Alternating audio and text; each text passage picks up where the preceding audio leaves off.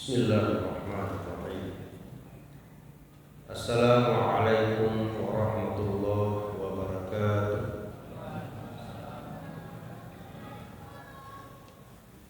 Alhamdulillah, alhamdulillahillazi an'ama ala bi ni'matil iman wal islam. Shalatu wassalamu ala khairil anam sayyidina wa maulana wa habibina wa syafiina Muhammad wa ala alihi wa sahbihi ulil kiram, amma ba'd. Jamaah kaum muslimin dan muslimat yang sangat berbahagia, sebagaimana tadi yang disampaikan oleh protokol atau MC, bahwa saya diamanahkan untuk menyampaikan materi ceramah dengan judul transformasi masjid, transformasi fungsi masjid sebagai pusat peradaban. Arti transformasi itu adalah peralihan, beralih fungsi atau pengembangan fungsi. Yang selama ini masjid hanya dimaknai atau difungsikan sebagai tempat salat berjamaah, maka tema ini bermakna bahwa kita perlu memahami dan menyepakati bahwa masjid itu bukan cuma hanya tempat salat berjamaah 5 kali sehari semalam plus salat Jumat plus salat Id.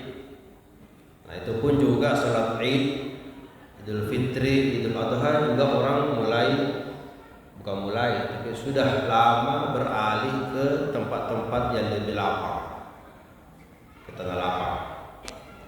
Ya, dulu di Karibosi, di lapangan Hasanuddin, sekarang sudah buka lagi lapangan-lapangan lain di pelabuhan. Bahkan sekarang juga hotel membuka juga aula, hall-hallnya untuk ditempati juga salat Id. Jadi masjid ini mulai dipertanyakan, apakah memang hanya fungsinya sebagai salat berjamaah atau apa? Karena orang juga salat berjamaah sudah memilih tempat-tempat lain. Bahkan ada kantor berdampingan dengan masjid, tapi justru salat berjamaahnya karyawannya atau pegawainya di tempat di kantornya. Jadi dia buka tempat sholat di kantornya untuk berjamaah, sehingga tidak menyeberang ke masjid. Nah, ini perlu namanya transformasi. Apakah memang masjid itu berfungsi hanya sekedar salat berjamaah, atau ada fungsi-fungsi lain, ada makna-makna atau manfaat-manfaat yang lain yang kita dapatkan jika kita hadir di masjid atau datang ke masjid. Hadirin jamaah yang berbahagia, kita perlu dulu membahas tentang nama ya. Karena kalau nama itu tidak disepakati juga kita akan bingung juga menempatkan masjid ini, bagaimana fungsinya. Jadi ada 3 nama tempat ibadah umat muslim yang disebutkan oleh para ulama kita dalam kajian-kajian kitab-kitab klasik. Yang pertama namanya musalla. Rasulullah Shallallahu Alaihi Wasallam pernah menyebutkan kata musalla, khususnya pada hadis tentang kewajiban kita untuk berkurban. Barang siapa yang memiliki kemampuan, ma wajada 'indahu sa'atan falam yudahhi fala yaqrabanna musallana, maka jangan dia mendekati musalla kita. Barang siapa yang memiliki kemampuan untuk berkurban lalu tidak berkurban, maka fala yaqrabanna musallana, jangan dia mendekati musalla kita. Nabi menyebut kata musalla. Lalu ada istilah masjid. Nah, ini masjid sering dipakai Nabi. Ya, masjid. Al-Quran menyebutkan juga kata masjid. Subhanallazi asra bi 'abdihi lailan minal masjidil haram ilal masjidil aqsa. Kata masjid. Lalu ulama juga menyepakati memunculkan istilah yang lain, yang ketiga, yaitu al-jami'. Al-jami'. Nah, ini tiga istilah: musalla, masjid, dan jami'. Musalla itu adalah tempat sholat yang dimana setiap orang berhak dan bisa membuatkan dirinya atau rumahnya atau kantornya tempat sholat berjamaah. Disebut musalla. Di tempat lain namanya surau. Musalla, tempat sholat untuk orang yang ingin berjamaah atau ingin sholat, baik sholat sendirian maupun sholat berjamaah. Maka di rumah-rumah itu boleh ada musalla. Ukurannya cuma 2x3, jadi ini musalla. Ukurannya tambah lagi 4x4, jadilah musalla. Ya, sudah bisa berjamaah, istrinya, anaknya, itulah musalla di rumahnya sendiri.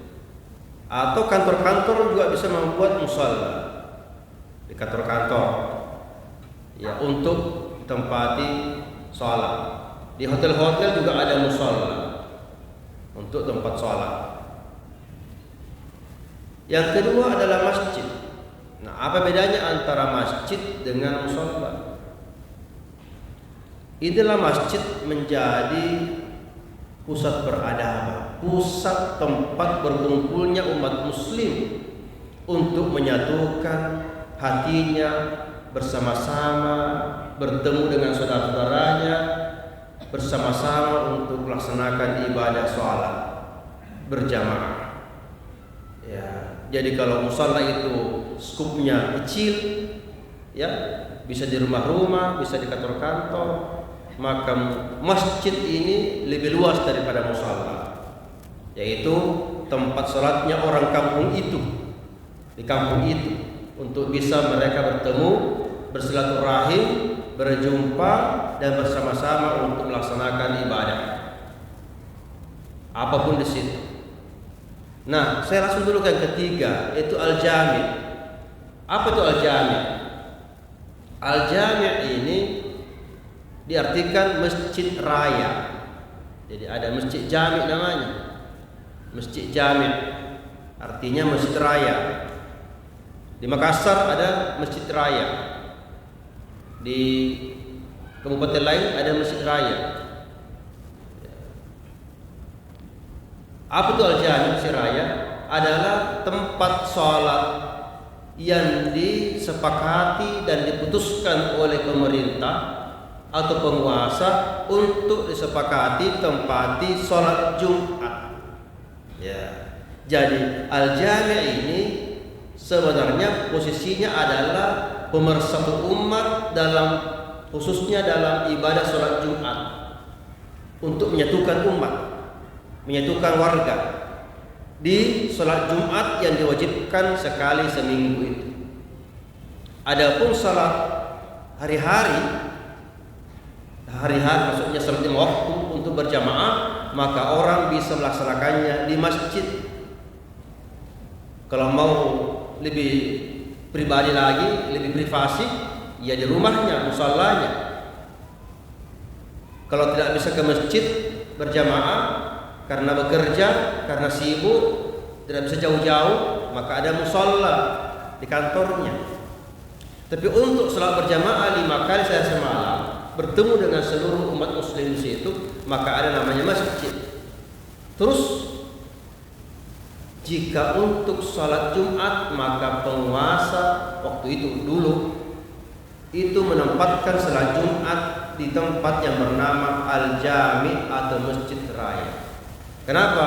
Karena mazhab Syafi'i yang mayoritas dianut oleh umat Islam Indonesia itu tidak membolehkan ada beberapa tempat di tempat salat Jumat. Namanya ta'addud. Tidak boleh ada ta'addudul Jumat. Harus menyatu orang di satu masjid yang besar, mengumpulkan semua orang untuk salat Jumat bersama-sama, dan masjid lain itu dikosongkan. Nanti masjid lain dibuka kalau masjid jami'nya tidak muat. Itu dulu pada masa kerajaan-kerajaan Bone, kerajaan Goa, orang semuanya berkumpul di tempat yang disepakati oleh penguasa untuk salat Jumat. Maka warga Makassar dulu tidak boleh salat Jumat kalau bukan di masjid raya. Dan kalau masjid rayanya tidak muat, baru boleh buka masjid lain untuk menampung jamaah. Jadi ada namanya masjid jami'. Namun sekarang jamaah sekalian, karena perkembangan kota dan bertambahnya jumlah penduduk, semakin meluasnya kota, maka tidak ada lagi namanya jami'. Maka semua masjid yang disepakati oleh warga, kelurahan, kecamatan, itu menjadi semuanya al-jami'. Semuanya bisa digunakan untuk salat Jumat. Namun hukumnya masih berlaku, bahwa nanti masjid jami'nya itu penuh, tidak muat, baru boleh melebar ke masjid-masjid yang lain. Itu hukum yang berlaku pada mazhab Syafi'i. Yang lain juga berpendapat yang berbeda, bisa membuka masjid yang lain. Hadirin jamaah, jika kita pakai prinsip al-jami' ini, maka misalnya kecamatan Penakukang, misalnya kecamatan Bontoala, kecamatan Biringkanaya, kecamatan Tamalate, itu masing-masing punya masjid jami', di mana warga Tamalate, warga Sudiang, warga Biringkanaya, warga Penakukang itu harus berkumpul di situ untuk salat Jumat, baru boleh membuka masjid-masjid lain kalau tidak penuh. Kalau sudah penuh di situ. Inilah fikih tentang masjid. Hadirin jamaah yang berbahagia, terakhir mungkin karena kita akan lanjutkan masalah ini di subuh sebentar. Apakah masjid itu hanya fungsinya sebagai tempat berjamaah? Nah ini, kalau kita ingin melihat sejarah, apa tujuan Nabi mengadakan masjid? Ketika Nabi SAW masuk di kota Madinah ketika berhijrah, Nabi disambut oleh warga Madinah, oleh Al-Ansar. Lalu Nabi ditawarkan oleh orang-orang kaya Madinah waktu itu, Al-Ansar, wahai Rasulullah, di mana ku bikinkan rumah, istana? Karena Nabi disambut seperti seorang raja ketika berhijrah. Nabi tidak menjawab. Ditawarkan untuk bikin istana, dibikinkan rumah, Nabi tidak menjawab. Nabi hanya berkata, saya bukan mau bikin istana, saya bukan raja Arab, saya bukan raja, saya ini adalah Rasulullah. Maka yang saya ingin buat adalah tempat ibadah, masjid. Maka kembali orang-orang kayanya Madinah waktu itu menawarkan, kalau begitu bikin masjidnya di tanahku saja ya Rasulullah. Saya juga mau. Berebut, semua mau menginginkan tanahnya tempati untuk bikin masjid. Nabi berkata, saya tidak akan menentukan di mana, tapi biarkanlah ini untaku berjalan, unta Nabi yang Nabi kendarai berhijrah. Biarkanlah untaku ini berjalan, di mana untaku berhenti dan parkir, istilahnya sekarang parkir, di mana untaku berhenti dan dia duduk di situ, maka itulah tempat saya untuk mendirikan masjid. Walhasil unta Nabi dilepas, tidak ada yang pegang, jalan sendiri dan sampailah dia di satu tempat yang sekarang ini merupakan lokasi Masjid Nabawi. Disitulah unta Nabi berdiri, berhenti dan langsung duduk. Nabi berkata, di sini saya buat masjid. Jadi Nabi Rasulullah SAW datang ke Madinah bukan membuat istana, bukan membuat rumah. Yang paling pertama Nabi buat adalah masjid. Lebih penting masjid daripada rumah. Dan justru Nabi buat rumah hanya kamar-kamar kecil di samping masjid. Itulah rumah Nabi. Yang sekarang mengalami pelebaran, dilebarkan Masjid Nabawi itu sehingga rumah Nabi masuk dalam area Masjid Nabawi itu yang sekarang menjadi makamnya Nabi di Masjid Nabawi.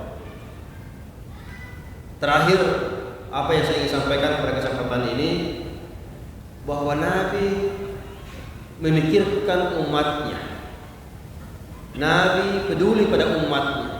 Bagaimana umat ini bisa menyatu, bisa membentuk masyarakat yang baik, masyarakat muslim yang diridhai oleh Allah Subhanahu wa taala, masyarakat muslim yang kuat bersatu, maka pemersatunya adalah masjid. Maka masjid dimanapun adalah pemersatu umat. Di dalam masjid ada organisasi, ada perkumpulan yang bukan perkumpulan biasa-biasa. Di masjid ini ada umat namanya. Mengapa disebut umat? Karena pemimpinnya bernama imam. Jadi umat, imam itu satu kata itu. Asal katanya dari amma. Ummatun dipimpin oleh imam dan yang mengikuti imam adalah ma'mum.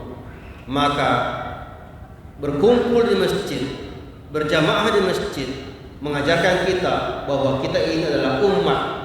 Ada pemimpin tak di sini namanya imam dan kita semua adalah makmum. Kita belajar bagaimana kita hidup dipimpin oleh pemimpin dan kita belajar di masjid bagaimana menjadi makmum yang baik. Kalau ada orang yang tidak mau menjadi makmum yang baik, menyalahi imamnya, tidak usah ke masjid. Karena di masjid ini kita membangun kesatuan imam dan makmum dalam sebuah irama yang harmonis. Kesatuan yang baik, ditaati, dipatuhi sehingga dinamakanlah umat. Umat adalah apa? Adalah kumpulan muslim, ya, komunitas muslim yang berada dalam relasi antara imam dan makmum, dan itu semua terjalin, terbentuk dalam masjid. Pusat peradaban. Peradaban tidak mungkin terbentuk tanpa adanya imam dan tanpa adanya kesiapan untuk menjadi makmum yang baik. Hadirin jamaah yang berbahagia, kita hari ini juga ikut berduka karena imamnya bangsa muslim Iran, Ayatullah Ali Khamenei, hari ini diberitakan tewas terbunuh oleh rudal bomnya Israel. Maka umat Islam Iran, umat Islam di Iran itu kehilangan imam dan itu mengancam mereka bisa menjadi umat yang terpecah. Jika tidak ada pemimpin yang menggantinya, maka kita khawatir umat Islam Iran akan berantakan, akan pecah karena tidak ada imamnya yang menggantikan. Tapi insya Allah mereka sudah siap dan kita sesali bersama adanya usaha-usaha dari Israel dan Amerika untuk menghancurkan umat. Apa cara mereka menghancurkan umat? Membunuh imamnya.